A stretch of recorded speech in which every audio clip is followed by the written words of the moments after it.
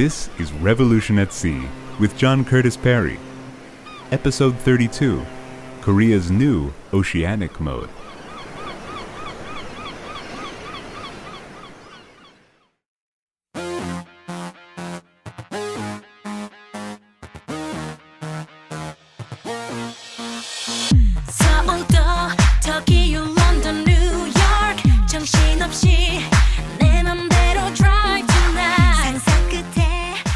Prominent in downtown Seoul stands a great heroic-sized statue of the legendary Admiral Lee Sun-shin. At the turn of the 16th century, Admiral Lee was the nemesis of the Japanese attempts to conquer Korea en route to a putative invasion of China. Instead of facing east toward the Korea Strait, scene of his greatest triumph, the Admiral's statue faces south toward the Yellow Sea and the Great Pacific beyond. Whether intentionally or not, he stands as a symbol of a new Korea for which the ocean has become of great importance, and also as a symbol of Korea's determination to leap over Japan to reach the USA and other leading world economies. Peninsular Korea was a preeminent example of a continental state until the mid-20th century. Overwhelmingly rural and agricultural, few towns existed other than the capital, which dominated political, commercial, and cultural life. Korea was the most steadfast and significant member of the Chinese International Order, a Sinocentric tributary system. Koreans defined foreign affairs in terms of relations with China, which they perceived as an elder brother in the Confucian sense of entirely honorable dependence, carrying mutual responsibilities for the Chinese as well as the Koreans. Korea also had a close cultural relationship with the Japanese, and the Korean cultural thrust carried huge influence in Japan's prehistory. From the other side, the Japanese thrust was political, not cultural. The Japanese made attempts to create a territorial presence on the peninsula, like that of early England and France. But these early efforts showed that the Tsushima Straits were simply too broad to sustain any presence. The state of maritime technology did not then permit it. But Koreans would become vigorous participants in that largely uncharted, unrecorded, maritime, commercial, and piratical history of the China Seas. This was private and spasmodic, not governmental. It was a matter of trade, both legitimate and otherwise, not a political matter. And like the Japanese, the sea seems to have had little impact on Korean literature, visual arts, or culture in general. War's end in 1945 liberates Korea from 40 years of Japanese colonialism. This had been especially harsh, indeed brutal, because the army took charge. It made a legacy of deep bitterness. Cold War politics divided Korea north and south in 1948. This was like Germany, but ironically, unlike Germany, Korea was one of the world's oldest nation-states. The peninsula plunged into bloody and immensely destructive, inconclusive war from 1950 to 1953, part civil, part international. The U.S. total command of the sea was a major reason for success in pushing back the North from its nearly total engulfment of the South.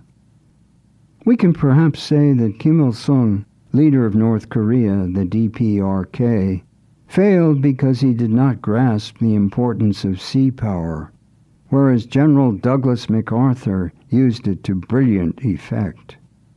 The Incheon landing, which no one except MacArthur said could be done successfully, imaginatively attacked North Korea behind the lines, and the North retreated.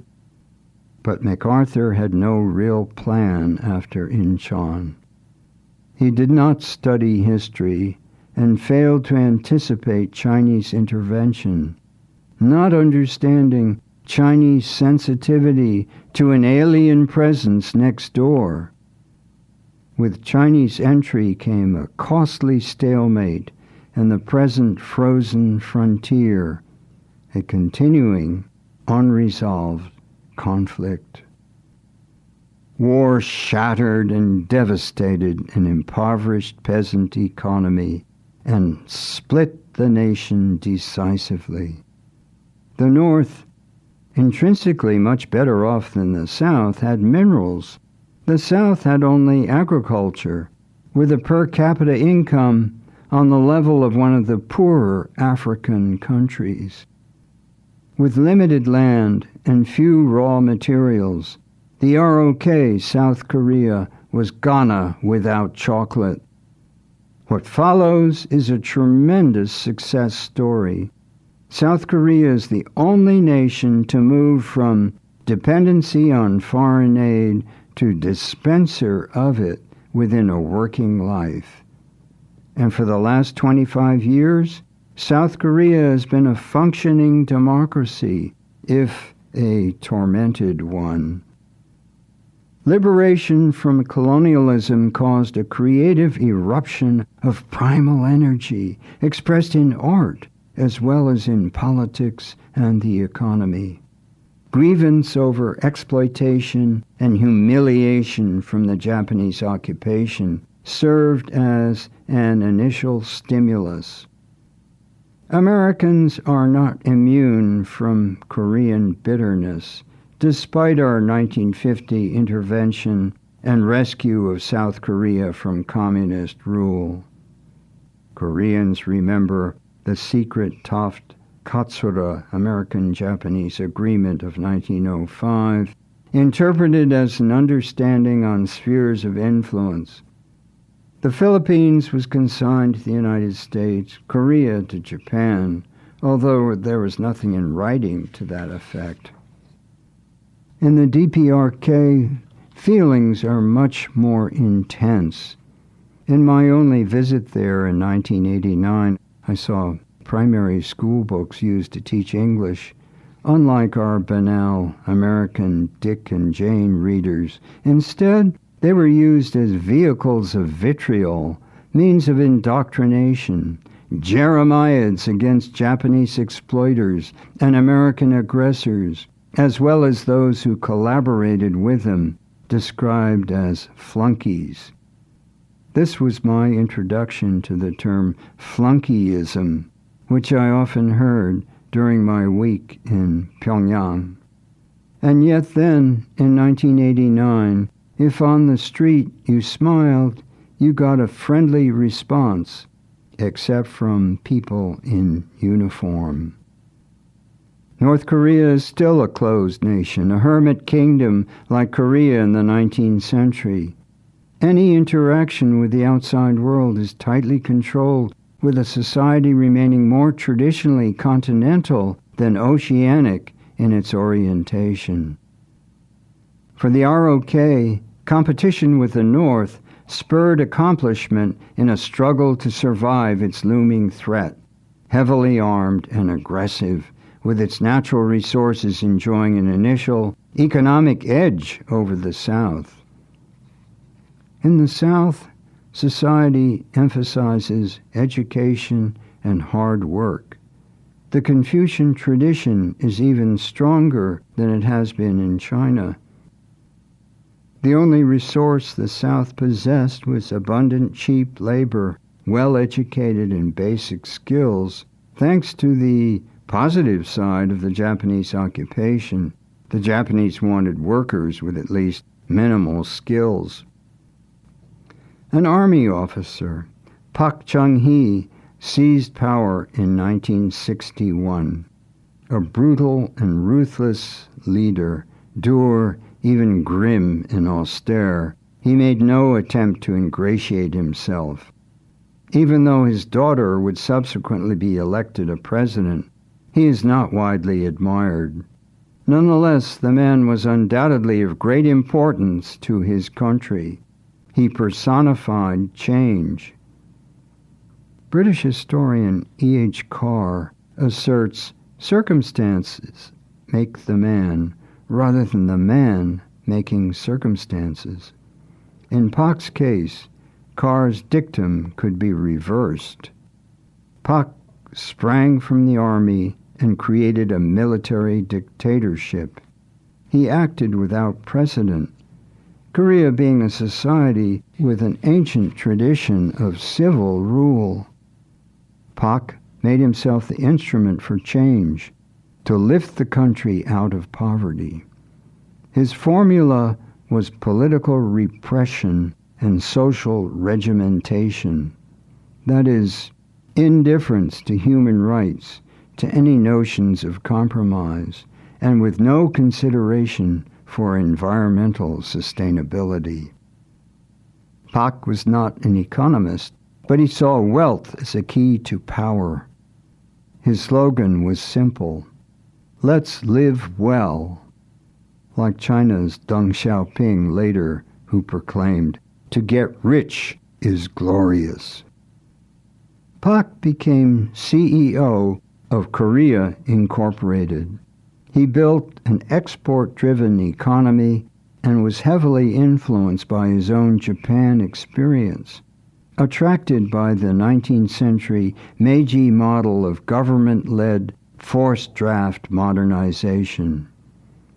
He remained strongly ambivalent toward the Japanese, but he was highly pragmatic, and he restored diplomatic relations with Japan in 1963. Although this was unpopular among the Korean people, he saw the economic benefits of a relationship. Pak remained in office until a shocking event in 1979. His own security chief shot him dead at a private dinner at the Blue House. The reason remains uncertain, but was perhaps a power play. Pak had accomplished much. He had argued that Korea must discard the Hermit Kingdom past and move out into a wider world. The ocean could be the medium for survival, although he never specifically articulated it as such. Politics had severed the ROK from mainland Asia. Those nations were all hostile. Thus, the ROK became a virtual island, but with the same strategic problem as the Netherlands, even worse because of the constant existential threat on its land frontier. Unlike Britain, the ROK could not face the ocean without distraction, but the Koreans were able to exploit the opportunities the ocean offered. The first priority at sea became coastal waters, to defend against North Korean infiltration, to use brownwater space as a means of moving military and other supplies with ships, and to exploit the sea as a source of food from fisheries. The ROK had a keen interest in coastal shipping for large, heavy, and longer distance cargoes to reduce the congestion of highways and to lower costs. Port infrastructure is much cheaper to construct than highways or railroads.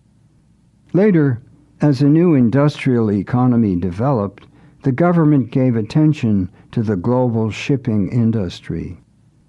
Pak's motto was, "Our cargo in our ships made by our own hands." The objective was to avoid relying on foreign bottoms for economic reasons, because such dependency could adversely affect final prices, both of what comes in and what goes out. For traffic overseas, the government designated certain cargo that must be carried by Korean-flagged ships, thus ensuring reliable supplies of major raw materials and a self-sustaining merchant marine. The shipping industry grew in quality and sophistication along with the maturation of the rest of the Korean economy. Pohang steel becomes the world's first or second largest, and Korean shipyards currently turn out more ships than any other nation except China. 3/4 of newly built ships at sea today are from Korean yards. Koreans can build all types, tankers and oil drilling platforms as well as container ships. They built the Triple E class container ships for Maersk. Of that type, the largest ever, the E represents economy of scale, energy, efficiency, and environmental cleanliness. Korean shipyards have produced not for the domestic market, but primarily for the foreign market. Daewoo built the then world's largest yard, 7.5 times the size of a football field, boasting a crane 360 feet high. Korean shipbuilding became known for quality and delivery time. Success in the shipyards broadens to a wider functional and geographical scope. In distant water fishing, the ROK became globally number 3. Koreans were active in investigating continental shelf resources and in claiming large oceanic territory, far larger than the landmass. And Koreans even engaged in Antarctic exploration. The Koreans are ambitious.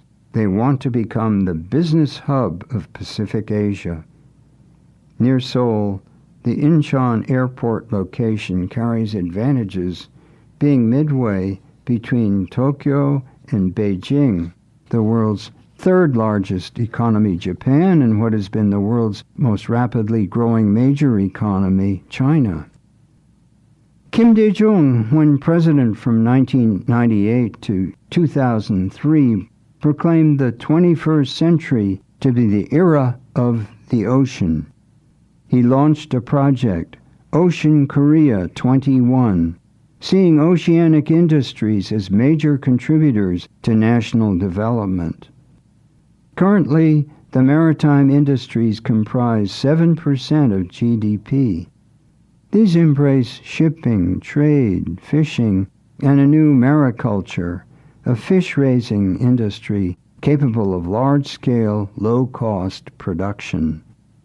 This has served as an incentive to combat intensive pollution of coastal areas by protecting estuaries, marshes, and wetlands, reflecting a new official environmental consciousness.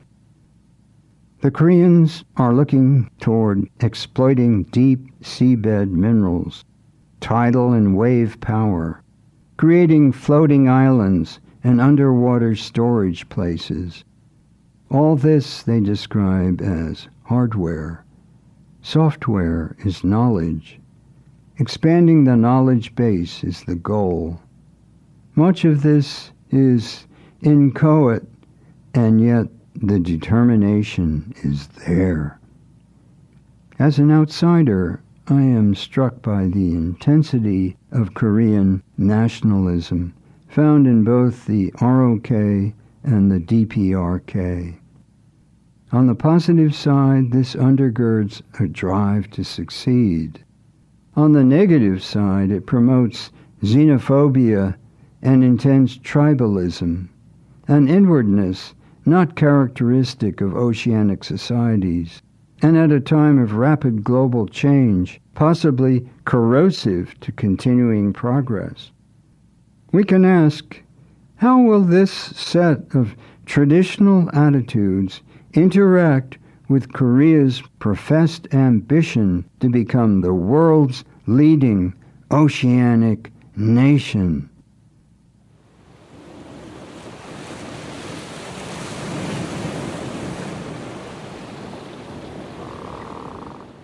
Next, we'll take a big jump back to China.